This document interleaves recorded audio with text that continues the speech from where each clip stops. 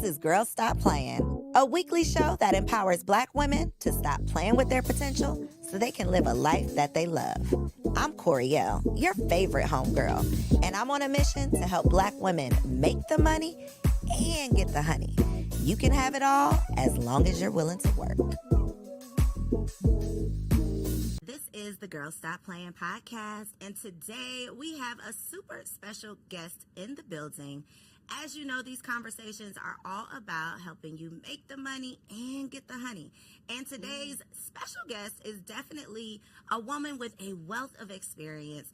I feel like she's lived several lifetimes, and we are about to get all up in her business. We got my girl Trina Small in the building. Hey, thanks for having me. So I tried to look like really quick, and I could not find it to figure out what episode of Confessions of a Workaholic you were on. Way back in the day. Back in the day. One baby ago.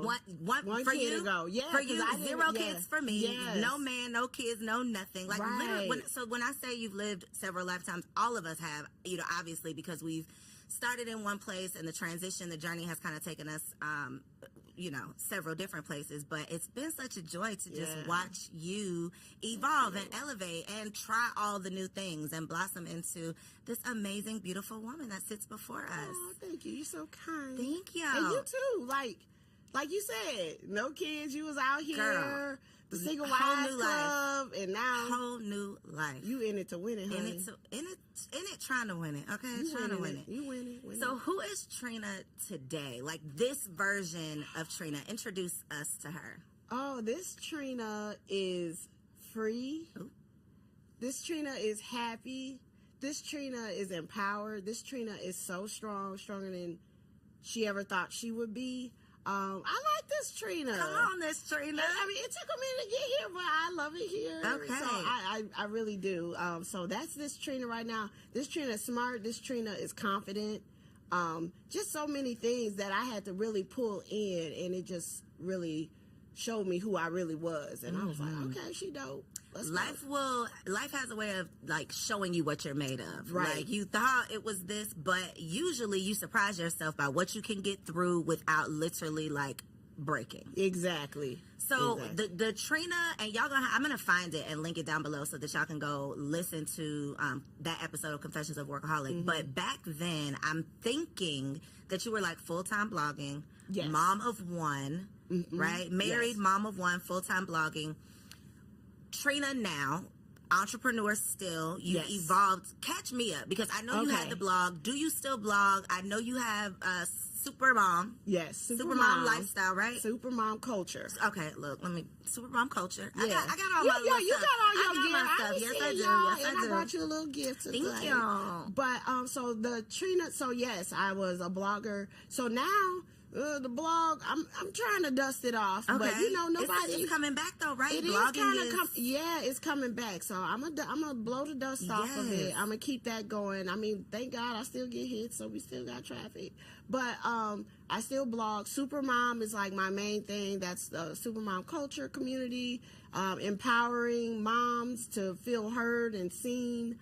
So that, that took off. We ended up on Good Morning America, 3 times, and The View, and, different things like that. So that's like its own train that it has taken off, doing that. And then I did a little bit of a pivot outside of the influencer world. I'm actually doing like some consulting now, too. Okay. So taking the skills you've honed yourself and the things you were doing for yourself in your business, and now you're able to leverage that for other people. Right. And again, like, just kind of getting back into like learning more about me. Like, I do have a marketing degree, so I'm actually using my degree now. So, that's great. That's the thing. Which is, it goes hand in hand with digital marketing. So I'm doing the marketing thing. And then I'm in a good space where I've been an influencer and an entrepreneur. So that's just like, I know all the sides. Yep. It's like, what am I doing? So, of course, I know a lot of people like you and other amazing entrepreneurs, and then people just call me like, Trina, can you help me do X, Y, Z? Do you know how to do this? And I'm like, yeah, I did that. And they be like, help me. So that's kind of how it started. The power of proximity and the power of your people. Your people. That, to me, I mean, and I feel like I've learned it the hard way because I always talk about, I played myself in college. I did not have any internships. I did not do the things that would really intentionally build your professional network. Right. Entrepreneurship, though, taught me that people, like the power of people, a connection is worth more than a check sometimes. You know, it's worth more than a coin, really having a connection with somebody, because that could lead to several coins and several opportunities and things that you don't even see for yourself. Yeah. I get, you know, all the time, I'll just get random emails on so-and-so referred you, you know, and I don't even have to be there. You know how, and I've never pitched. All the stuff that I've done, I have never pitched. Because people will see what you do, and they're like, well, give me your pitch template. And it's like, baby, this is me and God out here. God is putting me in position and putting the people around me to lift me up and open the doors. I always say, like, our blessings come from God, but they come through people. And so the fact that you're not out applying for jobs, you're not pitching yourself for opportunities. People are speaking your names in rooms that you are not in. And it's based on your reputation and the work that you've done. That's very important. How have you been able to maintain your reputation? I guess share like some tips for longevity, because you're not necessarily doing the same thing, but you are still in your own lane. You've still been able to evolve. You are still relevant. You still have these strong relationships. So what, I guess, advice or wisdom could you offer for someone who wants to be there? I think the main thing is rock with the people that rock with you. I say this all the time. I think, you know, supporting you, supporting other people, even when you're at a, I don't even want to say a downtime, but when you're like kind of like not plateau, but like you're just kind of resting until, you know, the next thing. Support, pour into other people, listen, you know, share, whatever. And I think that's what a lot of people are lacking. Everybody's so worried about them. Pour into other people. And I think when you do that, then, you know, when it's time to cash some checks, people be waiting. Trina, what can I do? You know, and I think that's important. I've been supporting people from the start, even if they didn't even know who I was. And then they'll come and they'll be like, I remember you posted about X, Y, and Z years ago. Girl, I got so many orders, da-da-da-da-da. So now they're like, okay, Trina, I can rock with Trina. You know, she was supporting me before I even met her or whatever the case may be. And I think that's important. And a lot of people get away from that. Everybody's looking to take. You got to give. You got to make a deposit. It has to be reciprocal. You got to make a deposit before you make a withdrawal. And I think it's just so, like, obvious. Like, you can feel it when somebody is not, I don't want to say they want something from me, because if we're being honest, everybody wants to benefit from any relationship, any partnership. Everybody wants it to be beneficial. But I think the difference is when you know you bring nothing of value, or you might bring something, but you might be stingy with it. You might be selfish with it. You're not really willing to assist or support unless there's something in it for you. And I think people can pick up on that. Yeah, and it kind of baffles me that people think that you can't.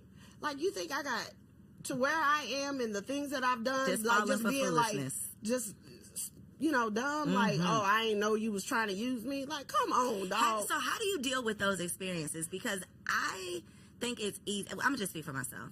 I think that so many things you learn the hard way in entrepreneurship and just in life with relationships, friendships, some of the things you go through and experience and challenges you have with people can make you feel like it's you. And sometimes it is you. Sometimes you are the problem. But not all the time. Right. How do you not internalize multiple instances of things not going wrong? How do you maintain that this is part of the journey, but I'm not going to make this like a part of my identity?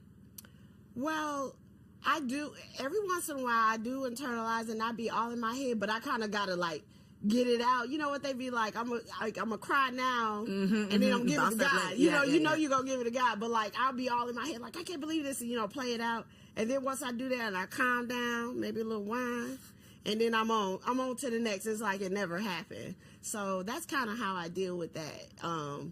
That's pretty much it. Like, and then when what were you saying about like people coming at you like that and things like that? I just be like, girl, what is you really trying to do? I be like, look, this is what I can do. And then I just lay it out there. You either take it or leave it. Boundaries. Yes. That's what that makes me think of. And that is something that's a personal challenge for this year. It's like working on not just establishing boundaries, but implementing those boundaries, like sticking to it, standing on business with these boundaries. What are some of the boundaries that you have had to implement professionally or personally? Like, what are some, I feel like 40 is the age where I've heard that it's just like, I'm a grown-ass woman, and this is what it is. I'm not people-pleasing no more. I'm not, like, any of those things. What are some of the grown-ass woman boundaries that you've had to implement and stand on? Man, a lot, like, and I'm definitely in the 40s, and I'm good. I just be like, all right, like, and people really be surprised, like, you ain't gonna say no? Like, that's what you want to do. I respect people and what their decisions are, and then I'm gonna respect mine.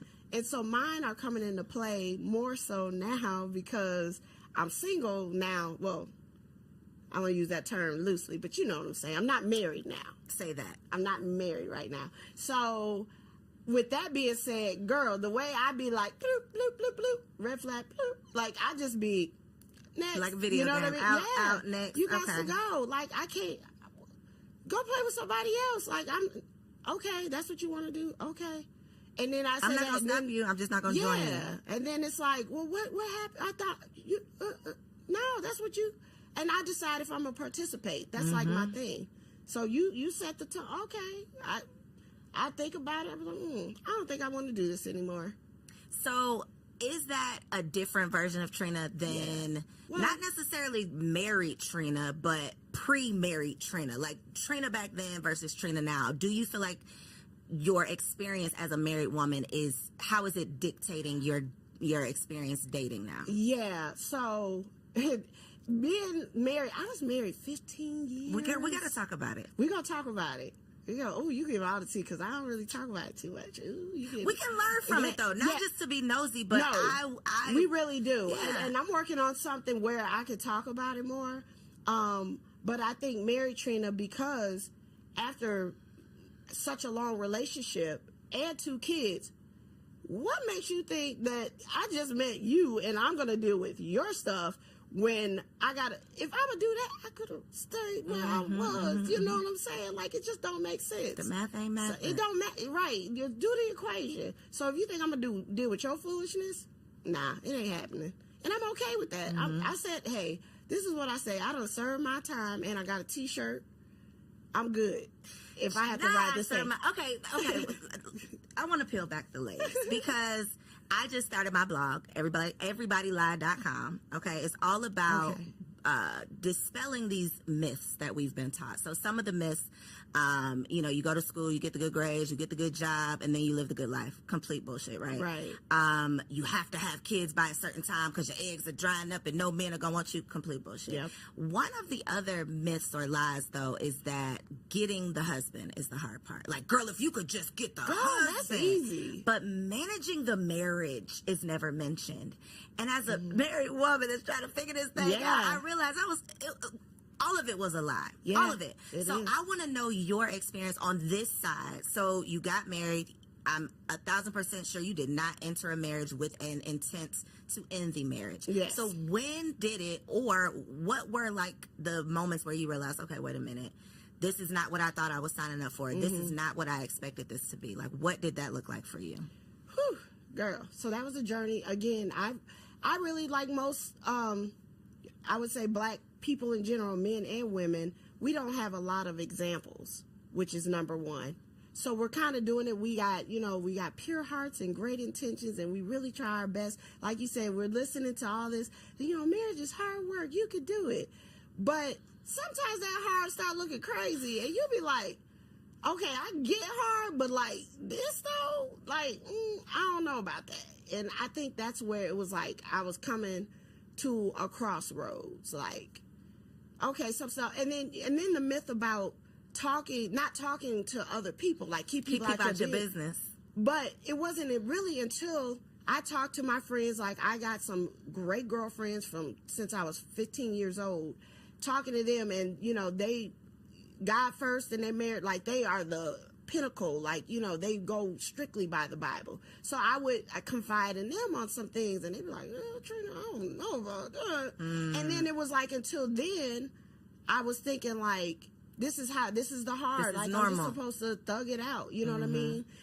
So when I realized that, I was like, wait a minute, okay, so we did the counseling. Like you said, I did not get married for 15 years now I thought I was going to ride this thing out to the sunset. You know what I'm saying? Like, nobody wants to do that and then get divorced in my 40s. And they have this on your record? Right, right. And then get divorced in my 40s and be out here in this dang pool? No, ma'am. That was not my plan at all. So how bad was so bad that you decided the other side is worth it? When I had to decide between Trina and Mr. Nameless. Yes, and somebody else. Like, I would have had to put somebody else ahead of me. And then I would have had, it wouldn't be the same Trina. It would be a whole nother Trina. It would be a shell of a Trina. And that's when it kind of broke my heart. Like, I don't want to let Trina go. Like, I like Trina. Like, she's dope. Like, it's me or you. Yeah, it's me or you. That's literally what I feel like it comes down in every relationship, in every situation. Yeah. And we are taught, though, that that's selfish, that that's not how you, you know, like you're looked, that's not the way that you are, especially not in a relationship, especially not with somebody you love. Right. But at the end of the day, it's like, do I love you more than I love me? Because that can't be how this goes. And I think that is the gray area in marriage where it's like, how do you live up to, especially if you are religious at all, and you have this idea of you subscribe to what you're supposed to be as a wife and what you're supposed to be willing to endure and put up with and all of the things. What is your advice for married women who are trying to just navigate what's too much? Like, what truly is an investment? What truly is me being down for this commitment and this covenant, and what's like, okay, that's crazy, that's too much? Do you think it's just a personal decision? I think it can be personal, but I think it's really when you assess your partner, if there's things that like just don't sit well in your spirit.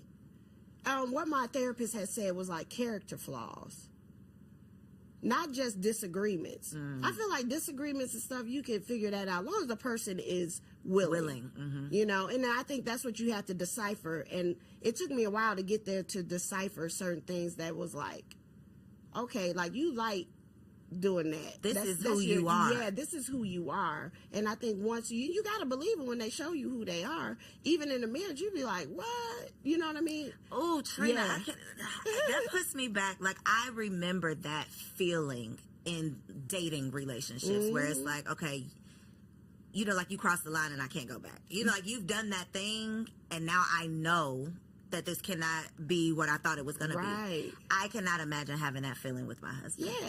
It's like, you know, if I'm ready to jump in front of a bullet and then I'm over here for something else and I'm like, wait a minute, like I'm ready to put my life on the line and you can't do this, like this little thing right here. Okay. All right. Okay. You know, you start like assessing stuff. You know, I mean, I'm not gonna go into detail and like I'm not trying to bash anybody, but you know, I just think, you know, sometimes you could definitely grow apart in your relationship. Again, I was married 15 years and my ex was significantly older than me. How much older? Like the number of years? 15. So how or did that impact not necessarily the relationship ending, but just the dynamics of the relationship in general? I definitely think it depends on the person, but what I found is sometimes people want you to either stay that young version of you, because I met him in my 20s. And again, 20 Trina, 20-year-old Trina, that was different. Right, 20-something-year-old Trina. That's a whole different podcast. But anyway, so sometimes they want you to stay in that, you know, younger, impressionable, but I wasn't that impressionable. I'm from Chicago too, so you know what I'm saying? I ain't that impressionable. But you grow up.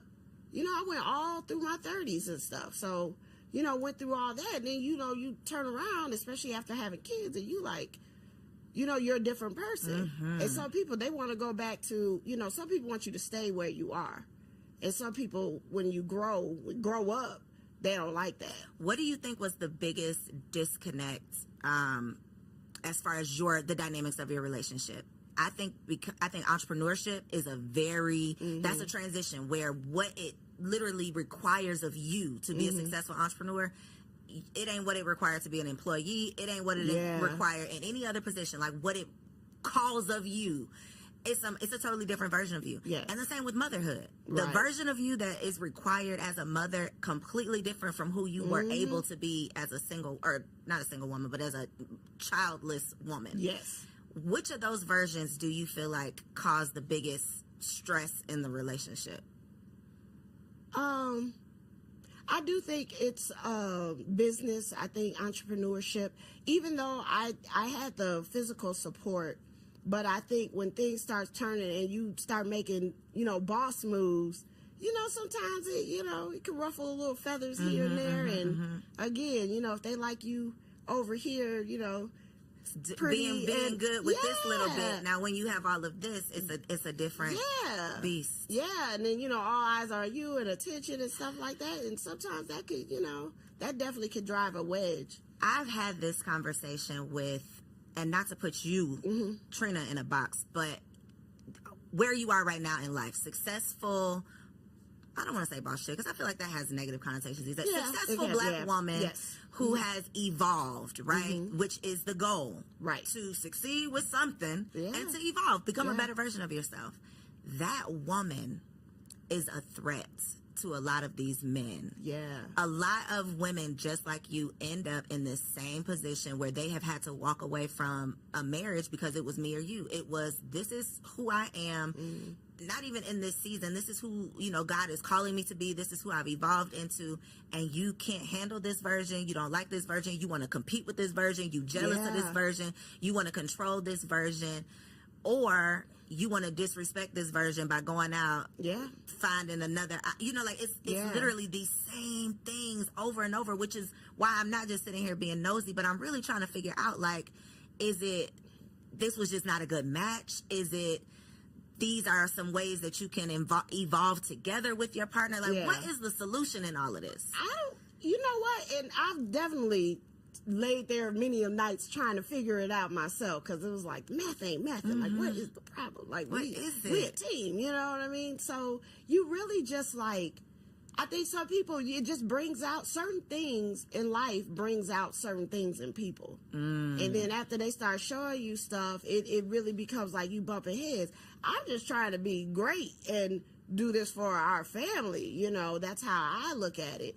And not to say that at the time that he wasn't happy or anything like that for me. I'm not saying that. But I do think certain things come up where it's like, the wife role. It's like, but you're still my wife or whatever. And it's like, but I'm grinding right now. Like, we got this. Like, it's so was that a challenge? Okay, so being 1,000% honest, and only you know this answer, right? Yes, it was a challenge for him, obviously, because he saw you as this. I want my wife doing this, and you didn't do X, Y, Z. Where was you at? Was it a challenge for you personally to not necessarily balance, but stand in both roles as the entrepreneur who, as we know, you got to do whatever the business requires of you today. You don't even know what that's going to be, but you got to be willing to do it. Was it hard for you to balance that role and responsibility with being the wife and being the mom and maintaining the house and doing whatever you even felt like you were supposed to do? Yeah, I did a lot. So when everything started popping, like the Good Morning Americas, moving into the warehouse, getting thousands of orders out, I still was trying to, I had got food prep to make sure that they had food. Like, I still was doing that stuff and, still managing our house because I didn't want us to miss a beat. Cleaning people coming. Like, I just had everything set up. I even, the girls was in the mix. I was, get your bags, get your toys, your iPads. We're going to the warehouse. We got work to do, And I would pack them up. So I thought I was doing pretty good. And, still giving, I would involve my ex in things and stuff like that. But, everybody don't want to be involved. And I'm not saying that he didn't want to be involved. But I'm just, it happens to a lot of people. Like, we think we started family business. We want the family to come. All the family don't want to come. So we just have to be honest with that. And that's okay. I don't think nothing's wrong with that. And even with that, too, sometimes the best role for a spouse is to just be that support. Hold the baby down.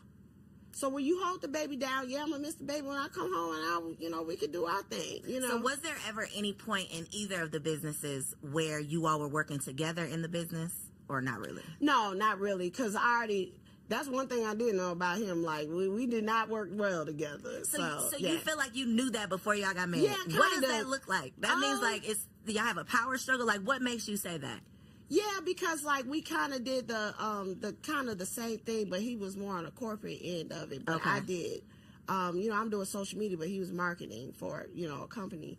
And I think with that, it was like, you know, it was like, oh, you should do this and stuff. And if I didn't, it was like, you know, like I was being defiant a little bit or something, you know. Like, this is my baby. So I had to be intentional to keep it separate because I didn't want that. Again, I didn't want that to be part of I didn't want it to be all business. And so I knew that was better to keep it separate. Let me just handle this. You keep the girls. I'll let you know when I'll give you a task. If, you know, and if you don't want to do it, then that's fine. But let me decide, you know, what role I would like you to play in this, you know. And I get it, you know, people want to help or they want to be a part of it. But I think that was probably the best thing because I probably would have been in this space a lot sooner if I didn't do that part. If you didn't have that boundary. Yeah, I had to set that. Okay, last marriage question, and then we're going to move into motherhood. Okay. Being in your seat where you are right now, what is your advice? Your little sister comes to you, she like, sis, I'm about to get married. Do you think I need a secret stash? What do you tell her? Oh, geez. Well, being a divorcee, I would say yes. Okay. Because that's the part that people aren't talking about. That financial. Technically, I've been a stay-at-home mom for 9 years. And now I'm divorced. I ain't had to pay no bills. You know what I mean? Well, since I've been at home, I mean, I did the kind of first half of our marriage until I quit. But, like, that was a big deal. It's one thing, you know, especially being an entrepreneur. Money is fluctuating. We in a recession. You know what I mean? I felt like I was printing money a couple years ago. Now I'm like begging, like, you know, please help me. I'm poor. With a sign, you know, we'll work for Supermom or something. You know what I mean? So I think that is the thing that no one talks about. Like, you know, I had to go get another house. I had to move. I had to, you know, now I'm paying bills. And I'm like, these bills really do be coming every month, you know. And, hey, that was a blessing. And I'm so thankful for that. You know, in my previous relationship that I had that opportunity because I know a lot of people, you know, all the discussions now 50-50 and all that stuff.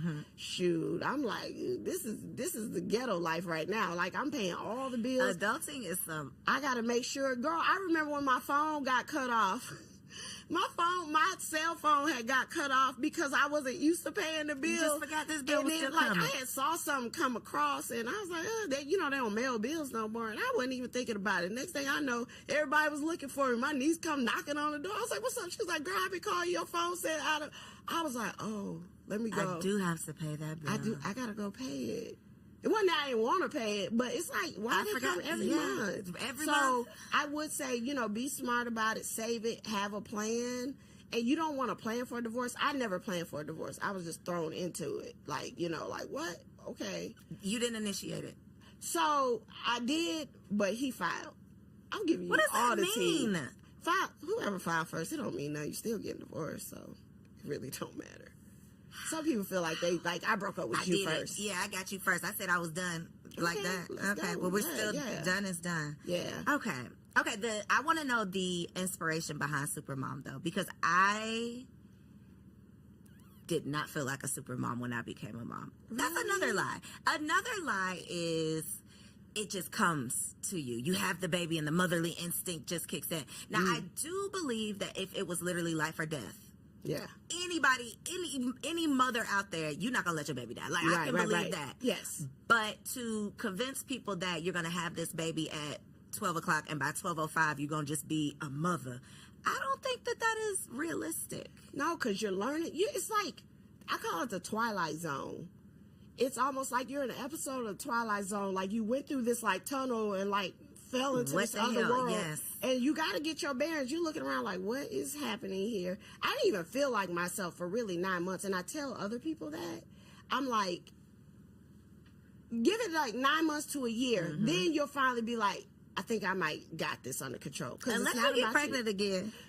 You was tripping. I was out of my mind. I was really in the Twilight Zone. Girl, that was my worst nightmare, is to get pregnant like while I was like, breastfeeding, because you can't really take birth control and all. Woo, girl. Yeah. You was wilding. That's the thing. But research is like up to 2 years, you're still in the postpartum. Right. And a lot of people have another child within 2 years. So literally imagine this whole 4 or 5 years that you could be literally like in a state of confusion. Yeah. And you got 2. Like, that's a whole nother world. And so that's what Supermom is about, because like we was only worried about us, like single, living a good life, and no kids, just doing our thing, working and climbing the ladders, and then all of a sudden we responsible for 2 people, and I gotta make a point. Like, it's a whole nother job, girl.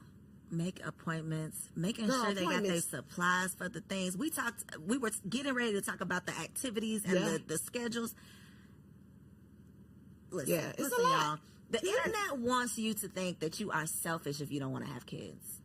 I am here to tell you that you are actually selfish if you have kids and you are not prepared for this. And you're not prepared for it, because you like give up your whole life really for like the first 5 years at least. And then they go play sports, and then you give up the rest of your life for the rest of your life. Girl, my daughter played softball, and it was 100 degrees outside, and I was out there. I was so unprepared for the first game. Sweating, and we didn't have enough water. We done ran out of water in the first 15 minutes. Ready. It was just too much. So the next time I come with a whole wagon, it was stocked up, over-prepared, coolers, ice, jugs, and all that type of stuff. But you have to learn. Like, we just figure it out, and that's the super mom in us. Like, we figured out. It's not about being perfect. We're like the superhero. Like, if we gonna figure it out. We gonna solve the problem. We're like, we come in like Superman. And we be like, wait, what's going on? Okay, we got to get this done. We got to get that done. And we do it. We do it. We make magically done. It's magically done. We know it's almost like magic. It's magic to everybody else. But except for us, we know we was up, all overnight. Girl, I be pumping balloons for birthdays in the middle of the night. I set my alarm for 3, so when they come out in the morning, they got balloons. And, we be doing the most. It's like the secret life of moms, like the hidden. I put on threads a couple weeks ago, like there needs to be like an Olympic mom, like changing the baby diaper, getting the babies ready for school. Yeah. The way that I'm sweating by the time I get my body into the car in the morning, like packing the lunches, getting the kids ready, putting the hats on, picking up doing all of the things. I'm literally dripping sweat. No, for real. We deserve like an award, a celebration, some acknowledgement, something. So the fact that you've literally created this brand so that we could celebrate ourselves. Yeah. Even if it's just like, I get to wear this as a badge, right? Yeah, I get to wear this as a badge of honor. Yeah. People tell me all the time, they be like, Trina, I had a rough day and I took my coat off and I had my Supermom on. How can you be mad and you look in the mirror and you say Supermom? And you like, you right. You're right. It's an affirmation. Yeah. You wake up and you say it's Supermom. And then a crazy thing I was just talking about this morning, after I dropped my youngest, my 8-year-old, off to carpool, we go through a lot in the morning. We like, have how people days. be like, oh, get up, pray, meditate. I want to so bad. But, it would require me to get up at like 5 in the morning, which is okay. I'm working on it. I'm working on it. But, like, once you hit the ground, or don't let a kid get up before you. That part. Your day has started before you are even awake. It's Only like the craziest concept. Yeah. I am at work and I'm not even awake. Exactly. And then, like, you don't even have time to pray and meditate. Everybody be like, oh, I start my morning. Girl, please. I be like, thank you, Lord. And that's about the only prayer I get until I'm about to lay my head back down at night sometimes. Because as soon as you hit and then I got my teen over here, my 13-year-old over here having a whole nervous breakdown because her edges ain't laying how she want them to lay. I can't. How is it? So I'm boy mom down over here. Boy. You're girl mom down over there. I do not envy you. I'm scared of girls. The reviews on girls have come back real, not so Do great. not recommend. Do not recommend. It's real ghetto over there. How is it raising a daughter in this Instagrammable influencer sexy red society? I hope we left Sexy Red in 23. I don't think we did. Well, she pregnant now. Look, I guess I'll send her some Supermom. Sexy Red. Right. Look, we no shade, sexy. No, we got shade. you. We got you with the Supermom. So, I will say that I'm blessed. My girls are really dope. Okay. That matters. They are dope. They like my little homies. I have to check them every once in a while. You know, I have to get nose to nose sometimes. But they're really good, and I'm really blessed with that because, again, they went through that divorce with me, and, you know. Do you think that made y'all closer? It definitely made us closer. We're like a team. Like, we are like ride or die. Like, we locked in like that. We ain't locked in and no switching up. Like, that's us. And, you know, I had to have these hard sit-downs sometimes because when you got a 13-year-old, they make their own opinions. They watching stuff. You know, you might not think they're listening, but they might be listening. And I was really trying to make, you know, protect them like, oh, everything's fine. And then sometimes they would come in, they would catch me crying and breaking down. And there were sometimes I just lose it, you know? Like, I had enough for the day. Like, I just had to deal with X, Y, and Z. And, you know, I got lawyers and, you know, this and that. All type of stuff going on. And I still got to be a parent. Like, I still got to get y'all ready for school. I still got to wash and comb y'all hair. But I'm fighting. I got a dumpster fire right here, but it's going to have to wait until I get done with this. How do you find the balance between... Because I feel like a part of the disservice that our parents did was wanting to appear perfect. They didn't let us see them cry. Let me just speak for myself. My parents didn't let me see them cry. They didn't let me know that there was something wrong. They were going through something. And I think that when you see this perfect parent, you grow up to have this expectation of yourself. Yeah. I should never be sad. I should never struggle. I should be strong. Yeah. How do you find the balance, especially with girls, of... I want y'all to understand this is life. Let me explain it. Let's talk about it. But I don't want to put this on you. Like, I don't want this to be a burden on you as a child. How do you balance that? I'm just very honest with them, whether they like it or not. Like, I've had some crazy conversations, but I'm just 100 with them. You know, I'm not going to, you know, give them super raw, but I'll try to, you know, say it the best way that I can. You gonna give them the real, it might not be raw. I'm gonna give them the real, yeah. I'm gonna give them the real, and I'll be like, look, this is what it is, you know. And I had to do that because otherwise, I think if I was sugarcoating it, I didn't want them to think like, you know, we would be going back or like this is just temporary. I had to, you know, I had to tell them, like, no, like this is our new life now, and this is how we're moving forward, and you know, we're a team, and we gotta, you know, I talked about even in our home, like, you know, I had to cut back on a lot of stuff, and I had a cleaning lady, you know, first world problem, so I don't have a cleaning lady no more, so I'm like, y'all, we gotta all pitch in. We the cleaning ladies now. Yeah, we the cleaning ladies, and, you know, they understood it. I was like, you know, we all gonna have to have responsibilities, and it's like, they got cool with that. Even Harper, you know, she just turned 8, like, she was understanding, so she was 6 when we started the divorce, so she even knew and stuff like that. And it was so funny though, then her response to everything, so when you gonna get us a new rich daddy? Okay, wait, but their dad is very much still... He's still, yeah. So is that... Do they be mad at their daddy? Like, how? Because I just know they have their own minds, their own attitudes, their own opinions. How do they manage that? Because they obviously want to see mama with somebody rich. Well, right. That was my youngest. And she said, I was like, oh my God. But I was like, from your lips to God's ears. That part. They do good. They go with him. He's very involved, and so, you know, they manage it. They make it work.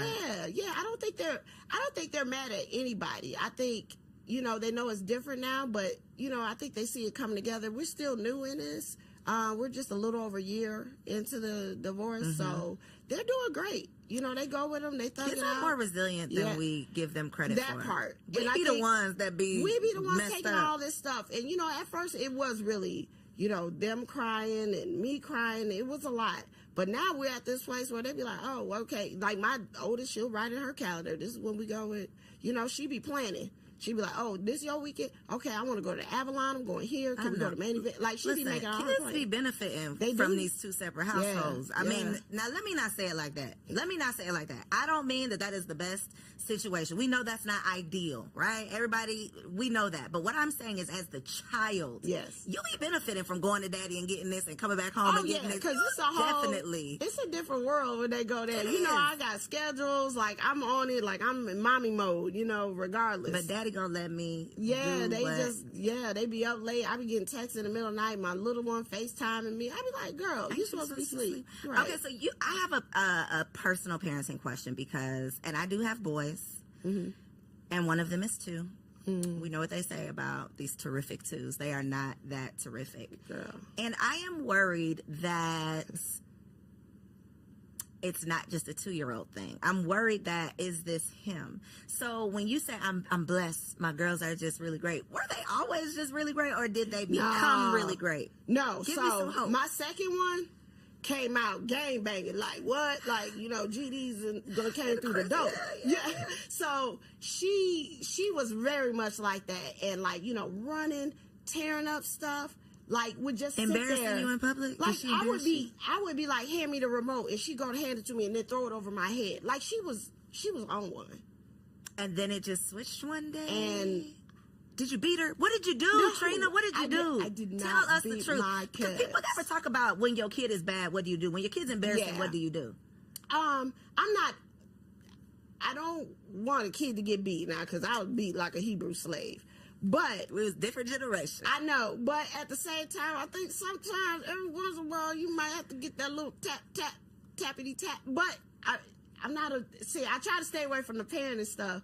But listen, sometimes that might be what they understand. That might be what they understand. And I'm not saying like it has to be ongoing, but sometimes you got to give them a little shock value, because life ain't gonna go sit in the corner. Life gonna knock you down. It's gonna tear you up, or you gonna be in jail behind bars and telling somebody something, you know, in another 10 years. So sometimes you gotta show them that this is the bad side, you know, and you gotta know your kid. If you tell them multiple times that you can't get them to stop doing something, you might have to take another approach.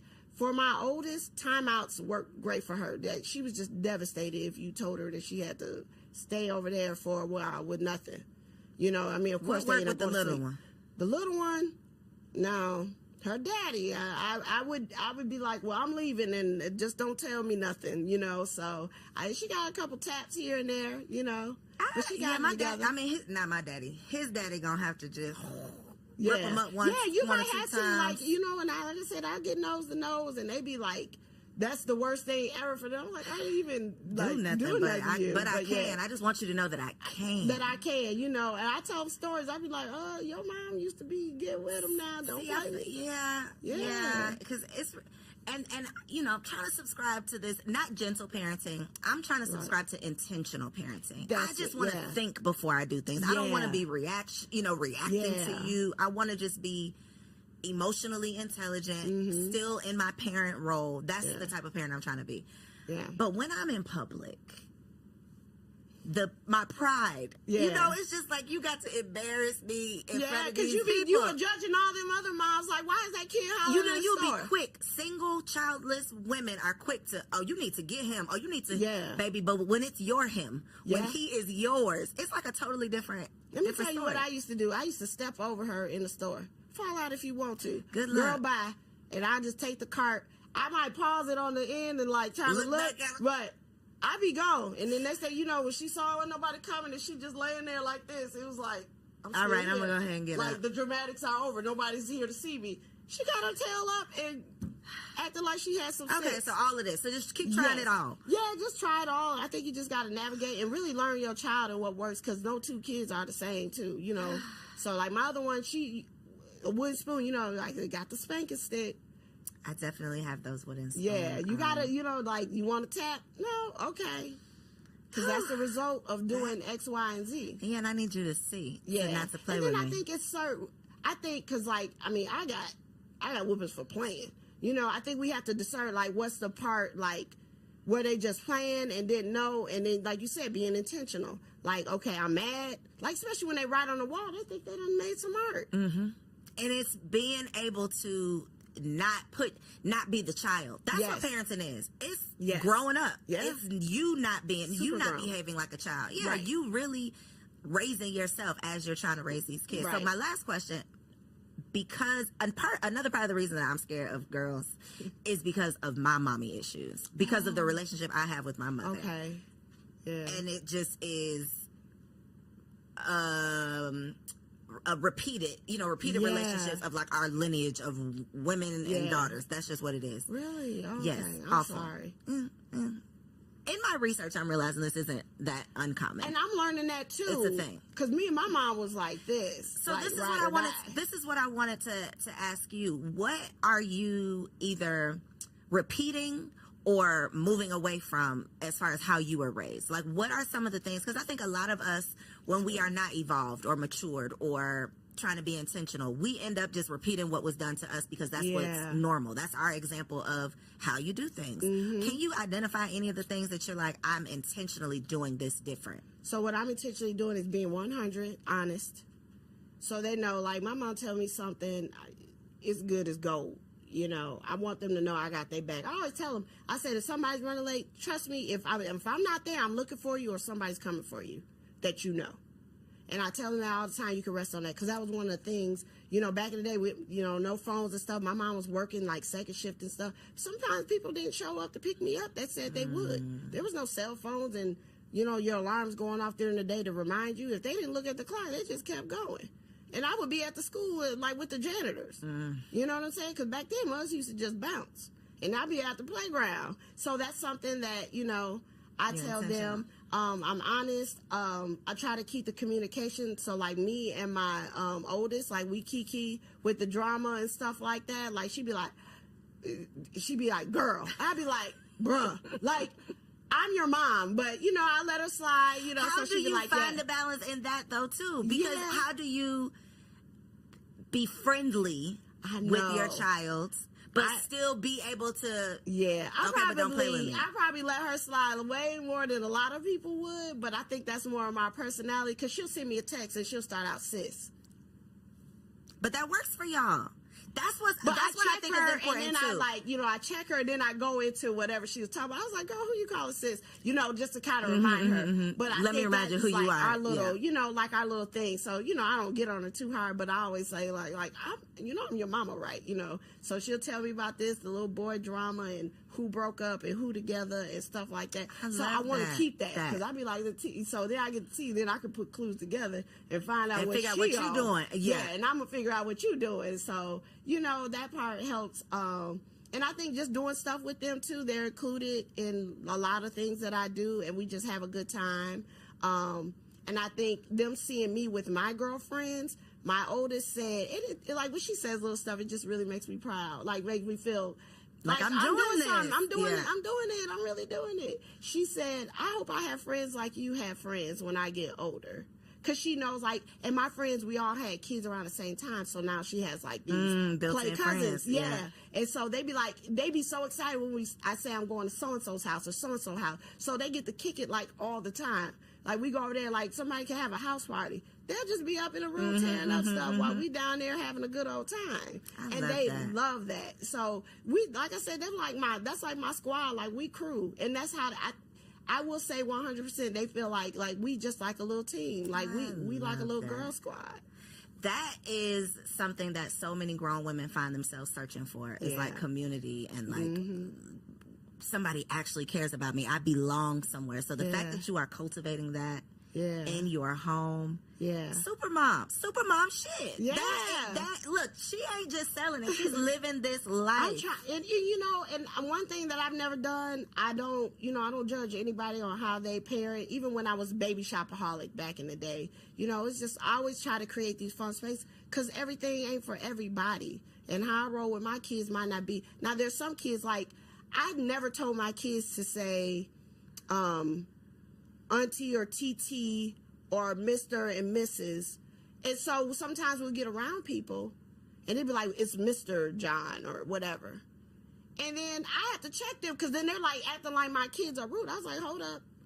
We don't do that. We don't do that. And I'm like, you know what? I started saying, like, you know, so now they do it. They do say Mr., you know, they'll say Mr. Corey or Mrs. Coriel and, you know, stuff like that. So they will do that now. You know, that's an up north thing. Side note, because me and my husband have this conversation where he grew up saying yes ma'am, no ma'am, no sir, no. We don't do that, and I think it's because our people ran away from that in the South, and they taught us we don't do that. Yeah, we ain't gotta look. We ain't gotta. We all equal up in here. Yeah. I'm not no ma'am and yes ma'am. And I think that's what it is. So yeah, my kids don't say ma'am and sir and stuff. Now my little one down here in the South now. Yeah. And my little one, she's funny because like she would go to the store, so she know who got all the free cookies, balloons, and stickers, right? So she would go in the Publix and like the free cookie. It'd be a woman. She'd be like, sir, can I please have a free cookie? And so, because I make them ask for things, like, you know, like so they can learn to talk to people. And so she was doing that all the time. So that used to, like, I used to be rolling. I'd be like, she don't understand. She's trying to. She called the woman sir. I was like, oh. Because like probably the last one she heard, she was like, well, I'm going to just say one of them. Yeah. It's one of them. Like, it's going to be something love good. It. You're definitely mom goals. Oh. Listen, I'm just out here figuring it out. I'm figuring it out. That's the other secret, y'all. Ain't nobody got it figured out. Yeah. Ain't nobody got it figured out. And I don't even think there is a figuring it out. It's just like a journey. It's like this is what I'm doing today. Yeah. Tomorrow I might have to do something totally different. But today I'm gonna try this and let's just hope for the best. And you know, and I tell my girls again, you know, we're I call it recalibrating. Like, you know, we're getting accustomed to this new life because it's new for them. It's new for me. You know what I'm saying? I lay next to one person for a long time. You know, now I wake up, I have to remind myself, oh, girl, you got this whole bag to yourself, girl. I'm like, okay. You know, like, where am I? I be like, wait, okay. So I tell them now, like, mommy got to put her head down. Like, we got to replenish. Like, I'm going to be grinding to the summer. And so, you know, all that little extra stuff, we're not going to be able to do that. Even that, though, teaching them, because the joys of being able to spoil your kids, that's amazing. But the downside of that is sometimes they don't get to see how hard you work for things. Right. They don't have to work as hard for things when everything is just given to them. Right. So I think them seeing both sides right now while they are still under your protection and under your care, and you can explain things to them, like the women that they are going to be because of the woman that you are become. Like, you're not even necessarily some of the stuff you're doing on purpose, but you're really just being it, and they're seeing it. Yeah, I mean, I had to, and like I didn't have a choice because, like, for real, like this last couple of years was really hard, and like to have my kids in tow to do this, and they're watching their mom like rebuild her whole life. We left with no furniture. My daughter learned how to put together furniture. Now that's her side hustle. She goes around putting together furniture. The women that they are going to be. It's crazy, and that was not even a plan. It's not crazy. It wasn't strategic. It's not crazy. It's you. It's not by choice. It didn't just happen. They aren't just dope. No. Who do they come from? The dope dealer, baby. Right here. Right. So for all the super moms out there who have to go right now and grab some merch, tell them right there in this camera, where can they find you online? Where can they follow you on social media? Okay, so Supermom Culture, that's the streetwear lifestyle brand for moms and dads and families, really, because again, we talked about having a team. So supermomculture.com, Supermom Culture on Instagram, and I am Hey Trina Small on Instagram, and my blog is Hey Trina, but we're going to dust that off. It's coming back. It's going to come back. It's going to be some. I had a call this week. It's coming back. Is this what you giving? I'm trying. Okay. Because they're here for it. We here for it, baby. I'm trying. Look, I got to pick your brain because you be making it all happen. And you talk about Supermom. Give it up for this lady with this beautiful set. Thank you, boo. With 2 babies under 2. Are they under 2 or 3? Well, 1 is 2. Does that count? 1 is 2. Okay. It's crazy. I'm crazy. You crazy. Yeah, I am. Don't mess with you, because anybody that can do that, that's almost like you serving prison time and handling business at the same time. Girl. And trying to throw it back, all the things. All the things. Yeah. We superheroes is truly what we are. I love you, Trina. I love you too. This has been an amazing conversation. I just know so many women are inspired. All of the versions of you that they can identify with, like an inspiration for so many. So check her out, y'all. Thank you. Supermom Culture. You told your personal Instagram, Hey Trina Small. Hey Trina. Hey Trina. Just Hey Trina? Hey Trina Small, but it'll come up under Hey Trina. Okay.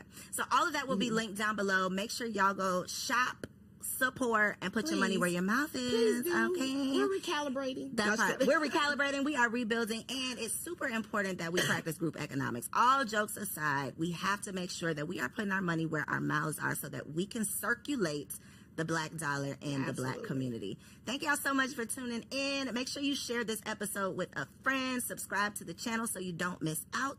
And I'll catch you next week. So if you made it this far, I just know you loved that episode. Well, what you did not know is that we recorded it right here in ATL at Elevate Studios. Yes, your girl has her own studio, y'all, and it's not just for me. I'm opening it up for you too. So if you have a podcast, if you are a vlogger, a YouTuber, or a content creator, and you are looking for a professional studio to record your content, or you want to hire me and my team to fully produce your content, make sure you check out the show notes below or log on to elevateagency.com.